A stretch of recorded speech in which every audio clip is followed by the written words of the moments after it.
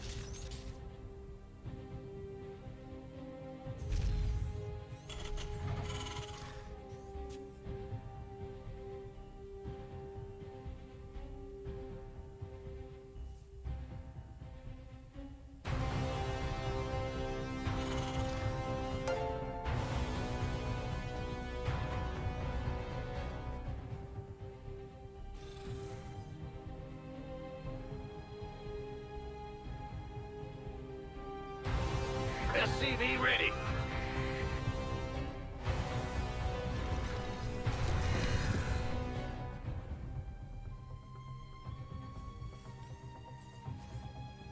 SCV ready.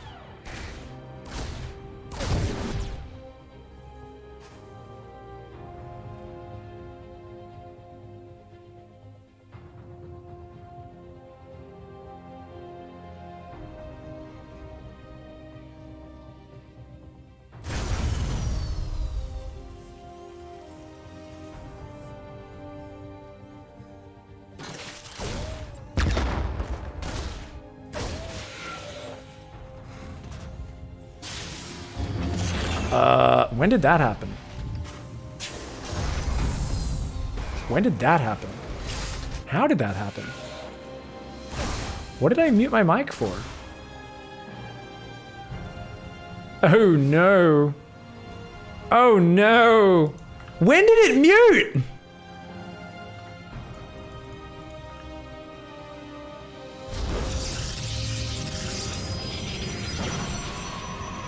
What? Oh, sorry guys. Great stream production. I should be taking more breaks so that I'm a bit more focused, but I've been excited by the game, so I've just been kind of non-stop live, 0 breaks. And as a result, we muted to listen to the Jason clip, and then we misclicked it when we turned it back on. And I saw my bar going up and down, and I was looking at the wrong audio bar. Thank you, Dr. Ryan and Helix, for messaging me in-game to let me know.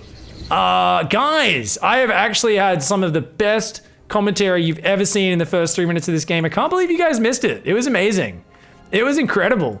I actually was commentating about some good stuff. I am hopeless though. Thanks guys for hanging. Appreciate the support.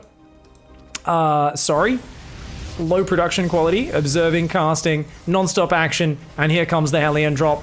Oh, distracting at the front, forcing those units to hold position. Nice warp in force field. Oh, but that's still 4 Hellions in a mineral line. Good probe splits from Raze though.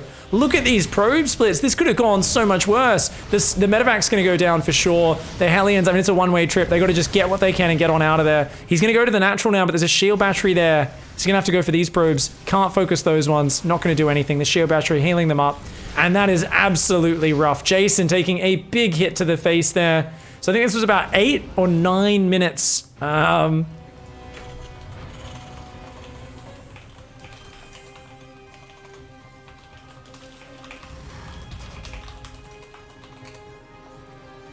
90 seconds. I just gave the 90-second warning in chat, by the way. 10 out of 10 stream. 10 out of 10.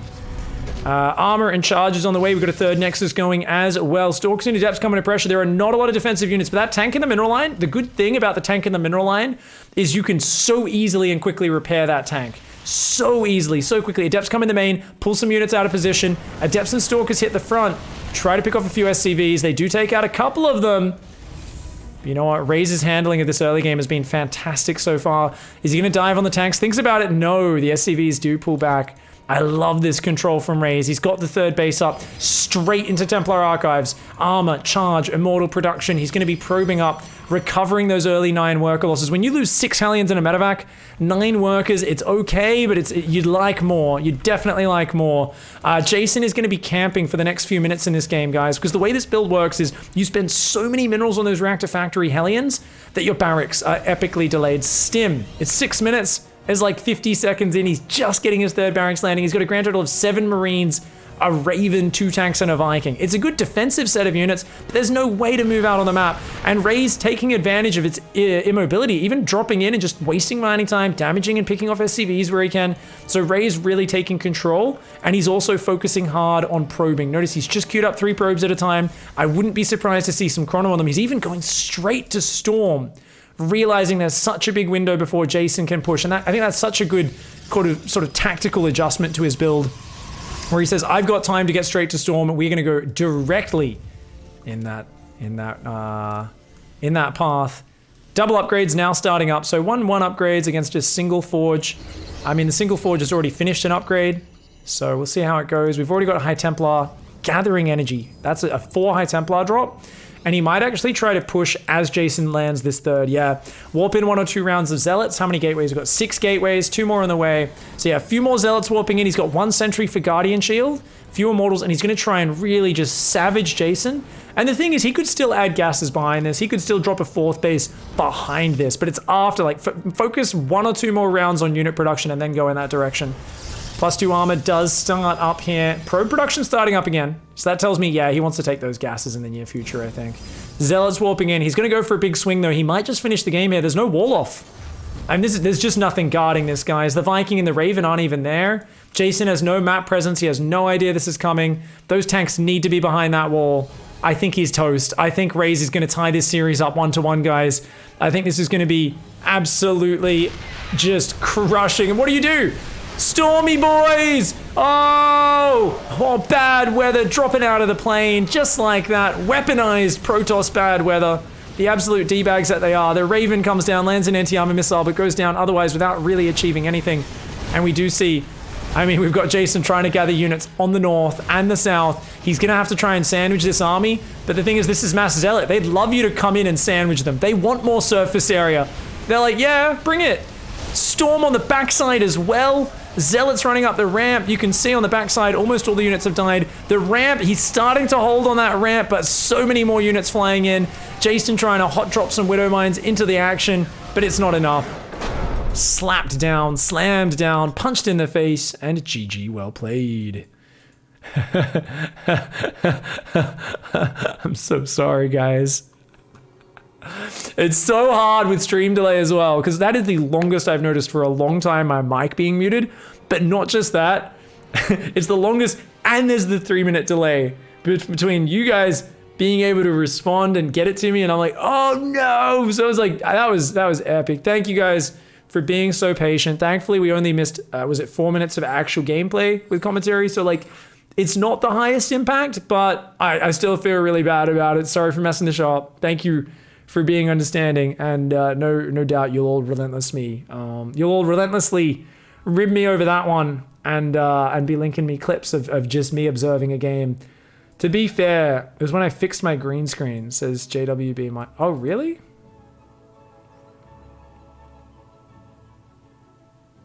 That's weird. That means I misclicked it, I think. I misclicked it. If it was when I turned to fix the green screen, that means I misclicked it. GG.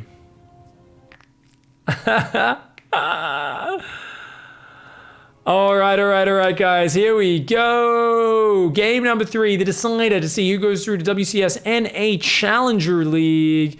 2 monsters fighting in the arena here. Down in the bottom right, re-establishing control. After a sloppy game 1. Turnaround from his opponent. Psystorm's Raze, the Whipple King. Up here in the top left-hand side, it's juggernautjason. Renowned Twitch streamer, the golden voice of esports, an advocate for human compassion rather than bullying one's peers.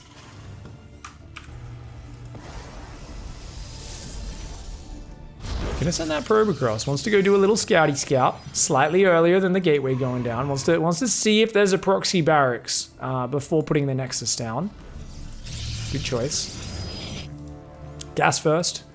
It's a bigger map. Jason's not gonna have to worry about Adepts getting to his side of the map as early on this one. Also, shout out to the building placement from Raze. Notice he leaves a nice little choke point here that can be blocked very easily. So if a Reaper tries to come through, you can warp in or pull probes to block it, or block its escape. And you can put your cyber core there to stop it coming in around your mineral line. It forces Reapers to go through there or through this scary choke point, one or the other, which is always nice. Probe comes across the map. It's gonna have a little bit of a zappy zap. Zip. Zip. Zip. Zip. Zip. Zip. Oh! That probe would love to catch that Reddit point SCV. Not gonna get it though. Jason does babysit it. I did sound a little bit excited there, didn't I? Oh my. SCV coming down. Sees the second gas, sees the core. He's like, okay, very normal build. Double drilly boy once again. 2 drilly boys, 1 probe. What will happen? Oh my. And turns out not a lot. They drill the probe a few times. The probe's like, I've had enough, I'll leave. And this will go here. Now, where do we hide it this time? Raze seems to be very creative with where this probe hides, but Jason just leaves the Reaper at home like every game. He's like, no, it stays at home. Factory goes down, then a reactor, so I think he wants to do a Hellion opening one more time after it worked so well in that last game. Reaper's actually going to go straight across the map as well, so he's just going to have to use SCVs to defend this probe. Probiest with the mostiest. Stargate play for Raze, though. I think Stargate play is definitely very good against that Hellion play, as long as you realize it's coming. So this probe, it'll get up there, hopefully see the factory swap over, and that'll be really nice for Raze. Warp gate started, second adept starts. Adept here, just gonna keep shooing away that Reaper. Always wary of the rotation though. Ooh, probe gets in. It's like, hey, swap these around, buddy. I swear I won't build a pylon to block it. I won't. Come on, just try to swap him. Try to swap him, buddy. Oh, did I block your starport? Oh no, he didn't notice his starport just got blocked. Oh, Jason's too busy microing his Reaper on the other side of the map. Jason. Okay, he does start his starport, he realized. Oh, that would have been so nasty if he looks back 30 seconds from now. He's like, where is my starport? Thankfully, Jason, good player. On point. Oh, the probe gets recalled and saved as well from inside the Terran main base. Very nice. And, oop. I think that Reaper's out of there. The Reaper survives. The Reaper, in the use of a really high level player, is one of the most annoying and frustrating tools for the Protoss, but also one of the most useful things and one of the saving graces of Terrans. And especially these maps with the big wide jump on point, it adds so much to what a Terran can do in the early game with a Reaper. Whereas if you don't have that, you have a single space gap where the Protoss can just build a pylon and block it. It changes this matchup so drastically. And I think honestly, when we talk about this matchup, that's one of the biggest things we should focus on in map pools. If we want to make the map pools fair, like it's such a drastic change up on that wall off. So something we've always got to pay attention to. Marines coming in. Oracle does get one kill. Takes a little bit of a bruising. Gets out. Medevac's already out. 8 Marine drop is a very good opening. I would like to see him commit to it, but with the second Oracle coming across the map, it would be very dangerous. So we got a Viking on the way. Tech lab on the factory. Wouldn't be surprised to see a Cyclone first, just to really shut out the air harass. Third Nexus down very early. Second and third Gateway finishing up. Just 2 Adepts, and a third Oracle's on the way as well. Ooh. Oh, there's a Widow Mine. It's gonna focus on, there's another one! Oh no. That's really bad start there for the Whipple King. Those Oracles are such a good utility tool throughout the game. But now only 2 SCVs for 2 Oracles, that's a disaster, it's really bad. And he knows the next few minutes it's going to be hard to keep track of his opponent. It's going to be hard to keep his army pinned at home. Oh, that's lucky. That's lucky. Tag it, tag it, tag it, tag, tag, tag, tag, tag, tag. Ooh, not tagging that drop. Yeah, I mean, he dives in. I guess the Widow Mines have been pulled out of the main. He's like, yeah, you wouldn't expect me to dive in again. And maybe even, I guess, knowing that the Widow Mine drop was there. Yeah, he did spot it. He did spot it. Okay. I thought he might not have spotted it, but he moves his army. He knows it's there. He can even bring the Oracle back if he needs. Charge, +1 armor on the way. And it looks like he's going to rush Storm again. Raze loves that fast Storm. It's a little bit greedy, some would argue, but you know what? It's a nice way to play. Especially against the very defensive Jason. Jason's adding Raven's tanks and a very fast third CC. And I talked about how that's Jason's style, right? Earlier today. I was like, you know what? Second and third barracks being really late, he's fine with that. He's okay with that. Ooh, that's okay. Raze's map vision is just toast, guys. Like, as Raze, it's like, hey, you're on 60 probes versus 39 SCVs. You're fine. You're doing good. You got gateways, you got the charge tech, the armor tech. The problem is, he has very few actual fighting units. He's having to use a wall of pylons to spot, because his robo's mega late with this. You're meant to use those oracles to see everything that happens on the map, to make it so nothing can surprise you. And guess what? Jason's dropping Widow Mines out on the map, completely unseen. Raze does not know when the army moves out. He doesn't have that info. He's gonna have to chrono boost observers out of this robo as it finishes up. Like, we need to see Pervy boys, just at least 2 or 3 of them out of that robo ASAP. I mean, he probably wants a prism, but at least 1 observer before you go for a prism. Please make me an observer. A unit specially designed just for watching. Do you get a bit of a rush when you feel like someone can see your darkest, most private moments? Well, buy an observer now for 25 minerals and 75 gas and see the entire map and everything a Terran wants to do to you before it even happens. Literally, see into the future of a dirty Terrans dropping secrets, where they're going to push you. I'll watch and I'll tell you where, how, and how to stop it. They are a pretty dirty unit. I think they're quite pervy by design. It's a creepy robot. It's not me being creepy. The robot is by design creepy. Blame Blizzard. They're weird.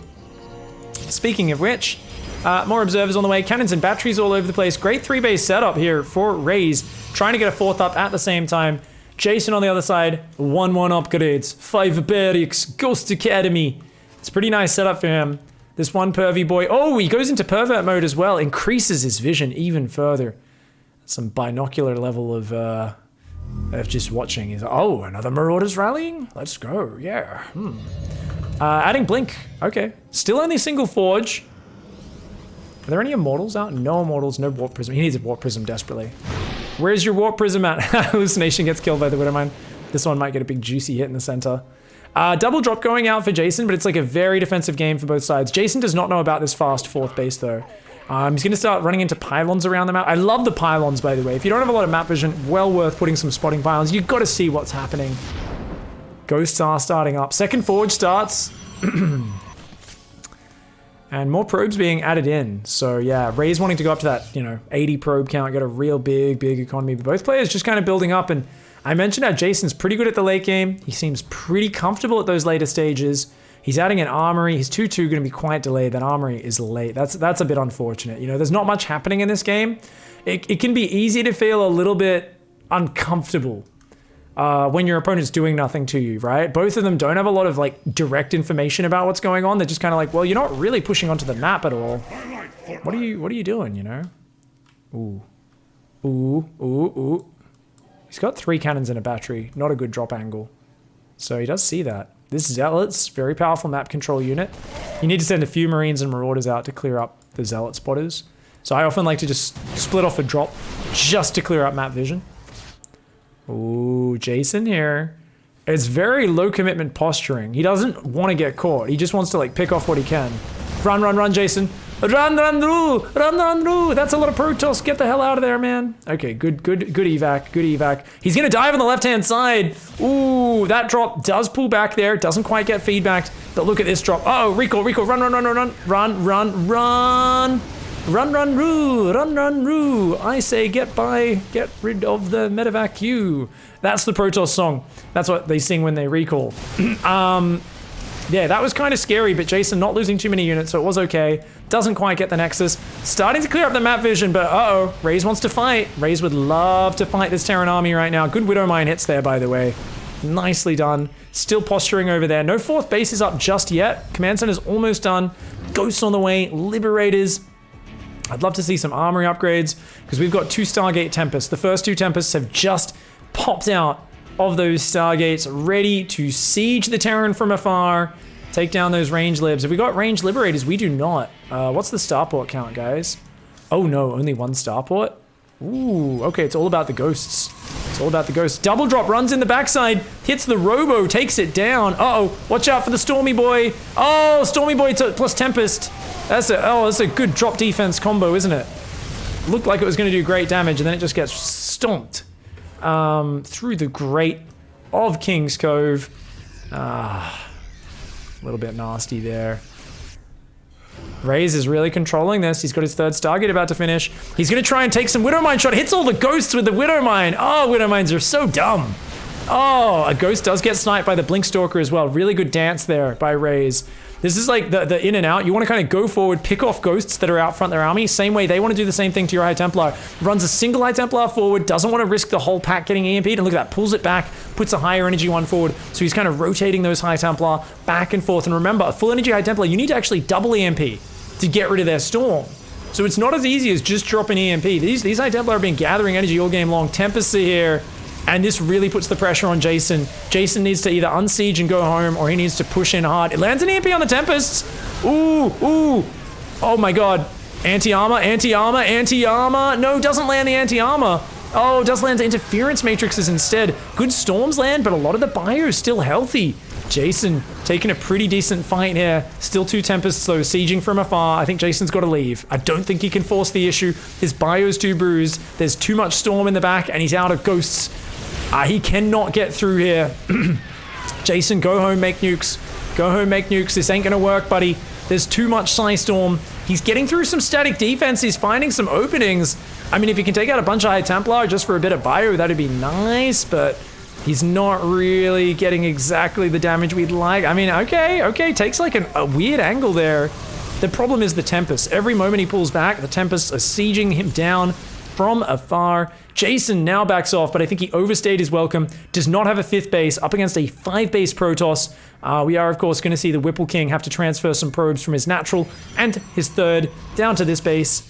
He does transfer from the 3rd. The natural, though, oversaturated. So that is a little bit of a problem there. How many Tempests have we got, guys? 5 Tempests, 3 more on the way. I think that's a mistake, right?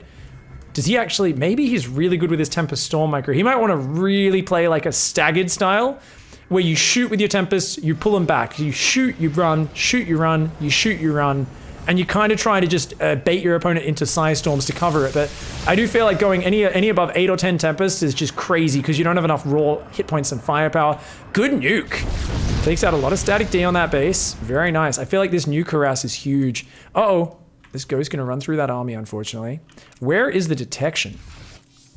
There's no detection with the army. Ooh. Ooh, this is one of the complications you get in late game PvT. You can actually go heavy speed Banshee with Cloak, or even Cloaked Ghosts, and it's actually very hard for them to detect what you're doing. They need to start building oracles and tagging and stuff, so it gets kind of crazy. Jason's just going to pull into a defensive setup for now. He's got a bunch of Vikings out. With how much Tempest there is, he's actually going to need more than that, though, especially with +2 air weapons. Only +1 air attack is there. +2 air weapons is on the way, as well as +3 bio attack. Doesn't have the armor upgrade +3 yet. So the upgrades for Raze definitely kind of progressing a little bit better. I'd like to see Raze, just killing some zealots to clear up supply. I like it. I'd like to see him spreading some more zealot counterattacks on the flanks the next time an engagement happens, or DT blink even. His own DT shrine is now started. Triple upgrades. He's got a Colossus Bay, cannons and batteries building everywhere. And Ray's just going to play this very carefully. Like, look at this setup. He knows he can't let himself get EMP'd and jumped on. So playing it very careful. Ooh, you gotta be real careful with this Jason. Gotta be very careful. Is he gonna nuke a base as well? With Stim in here? How do we react? All right, the army's just gonna try to roam down there. That's a forfeit base though, for sure. Uh-oh, 2 High Templar making their way. Run. Observer's still up there as well. These guys gonna go down. Take out a Stalker. Random nuke in the middle of the map. I like it. Just getting rid of the cannons that are starting to get set up. And, you know, there's always a chance there'll be a bunch of units hanging around here. Also, these random middle of the map nukes can really get big impacts later on. Uh-oh. Ooh, Raze. Raze finds him. Jason, you should have been hiding in the corner of the map, man. Oh, he actually gets like 3 High Templar. I mean, making the best of a bad situation there. Good reaction from Jason. Nicely done. Continuing to nuke the center of the map. These cannons here are so nice because you can't nuke them without a scan. So he tries to run through. He's like, oh God, you got cannons there? What the hell, man? And how many nukes have we got right now? None. There's 3 Ghost Academies pumping away. Does he actually hotkey his Ghost Academies, by the way, guys? He does not. Oh no, he does on his upgrade hotkey. Hey, I like that. That's a good idea. I should do that.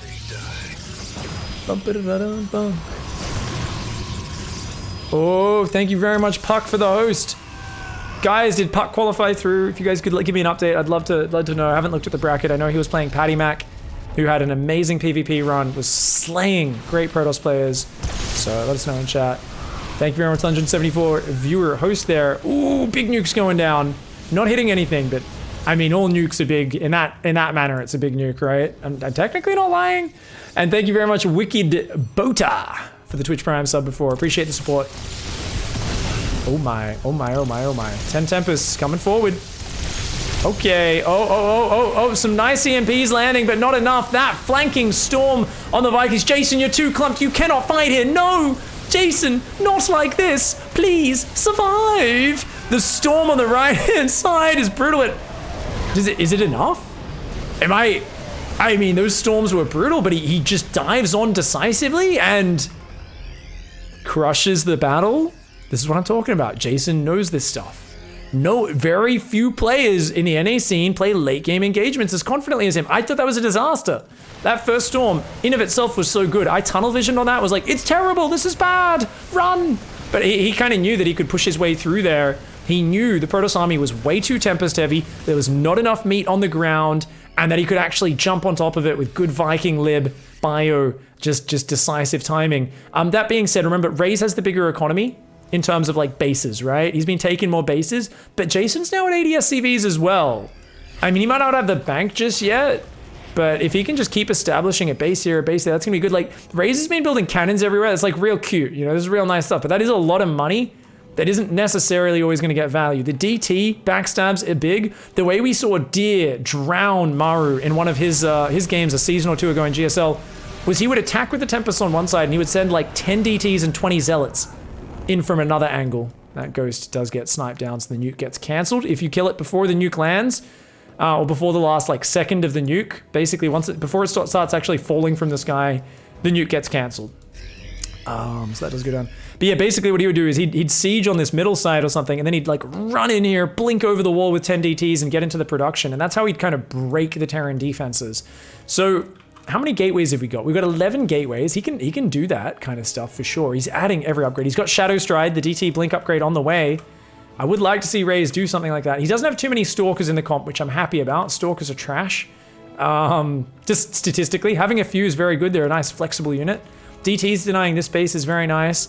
That's been, you know, he's making sure that nothing's there. Can you see their scans through the minimap? You can, can't you? Yeah. Okay. Oh, this is about to get weird. There's a lot of units on the south, a lot of units on the right, and oh my god, Raze is gonna push through, but like, does he have enough High Templar everywhere? Oh, I mean, this is real scary for Jason to push through, because the problem for him is if he just YOLOs, he's gonna get stormed on. Ah! Case in point. No, run. Don't go in there. Don't go in there. There's cannons and more High Templar in there. Don't do it. Don't do it, Jason. No! It's just bio. You can afford to lose some bio. It's all about the long-term efficiency. Anyway, he does end up taking out a cannon in the main. There's no units here just yet. He's gonna get rid of the fleet bacon. It's not the tastiest sort of bacon. I prefer streaky myself. I like some streaky bacon, you know? Good bit of fat in there. Fleet bacon's a little bit too carby for my taste. Don't know how bacon is carby, but apparently it is. The DTs being douche Templar. That's what they're there for. But no, they get walled off and they do change the pathing, so they go past the planetary and do go down. Nukes being annoying. I'd like to see a few more of these nukes from Mr. JJ. Mr. J-Dog. I'd like to see the Juggernaut just dropping nukes all over the shop, you know? These do stress out your opponent. This is still so funny that Raze has cannons on the high ground. Like, that's gonna annoy Jason so much when his SCVs start getting shot by that, but this is kind of scary. Where's the High Templar? Ooh, okay, there are High Templar, they're just a bit further back. Jason going forward. I think he might have killed all of the observers. No, there is still an observer there. And oh my lord, his ghost just got massacred, but not before they EMP'd all of the High Templar. He pulls the bio back.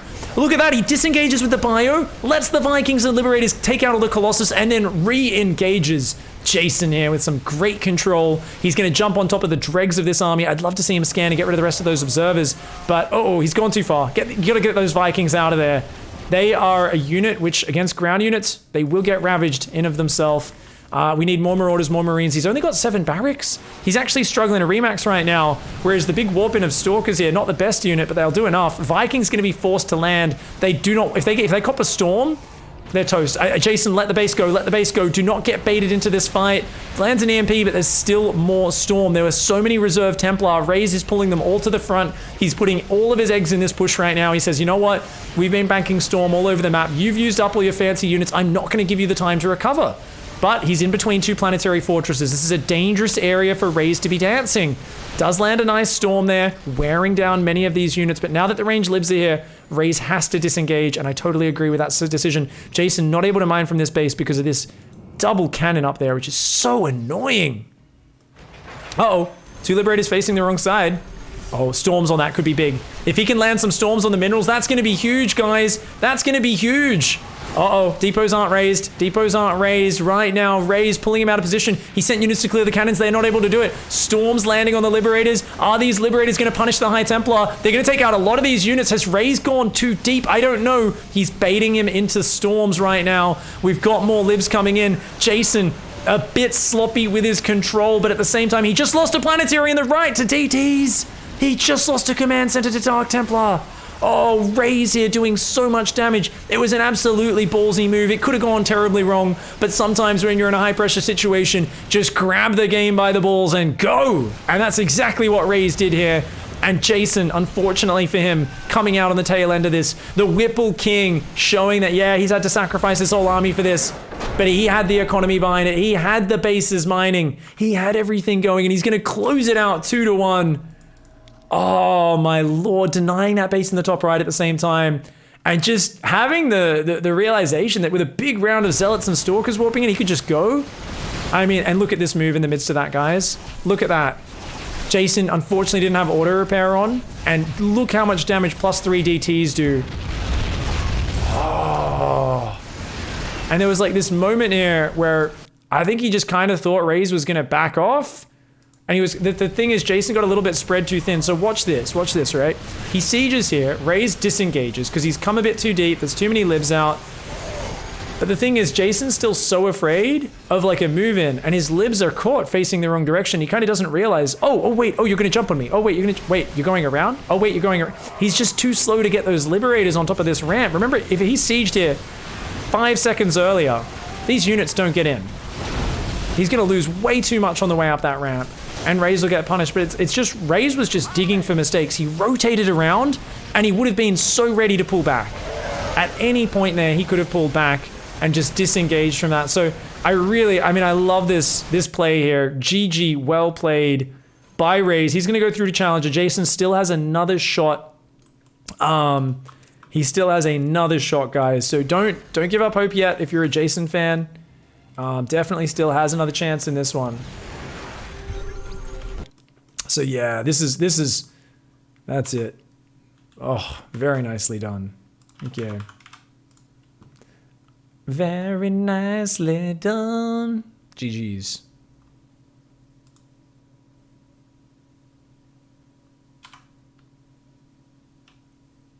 Do. Dun dun dun dun dun dun dun dun. GG, man. This was awesome. You Oxymoron, thanks for the 2-month resub. Popomich with the 10-month resub as well. Thank you, everybody, for the support.